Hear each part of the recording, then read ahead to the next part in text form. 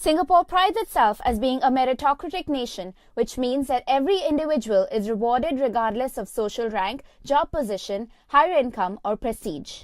While a meritocratic system in Singapore ensures that all students get a level playing field, does it ensure that every individual has equal access to these opportunities?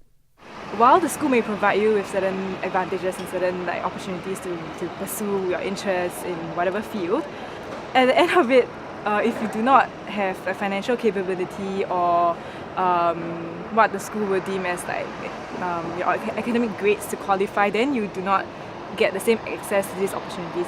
But the fact remains that they might be facing some sort of financial difficulties, and because of this, they are less willing to approach these opportunities, because it is a very well-known fact that exchange program or NOC will cost tons and tons of money.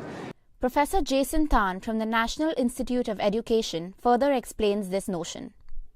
There's been growing public discourse of late, and of course over the past few decades, about the fact that there isn't a perfectly level playing field for all Singaporeans to compete on. And you can see this right at the start of children's schooling in the criteria for primary school admission. If you look at all of those criteria in detail, you will see that in fact all of those criteria have exactly nothing to do with the individual child, and they have everything to do rather with the child's home background. While discussion about the failure of the meritocratic system at the school level is common, university students too face a similar plight.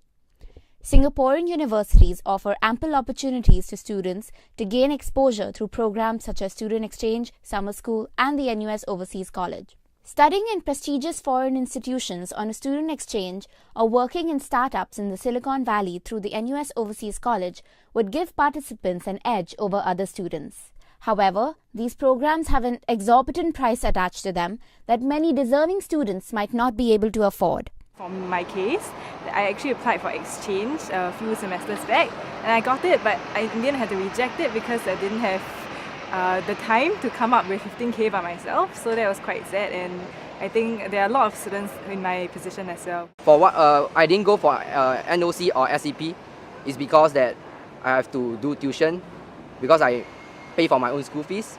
Yeah. So I can't afford to. It may seem that building a level playing field is difficult, but universities must look into building more opportunities for less privileged but equally competent students. Rohini Samtani, National University of Singapore.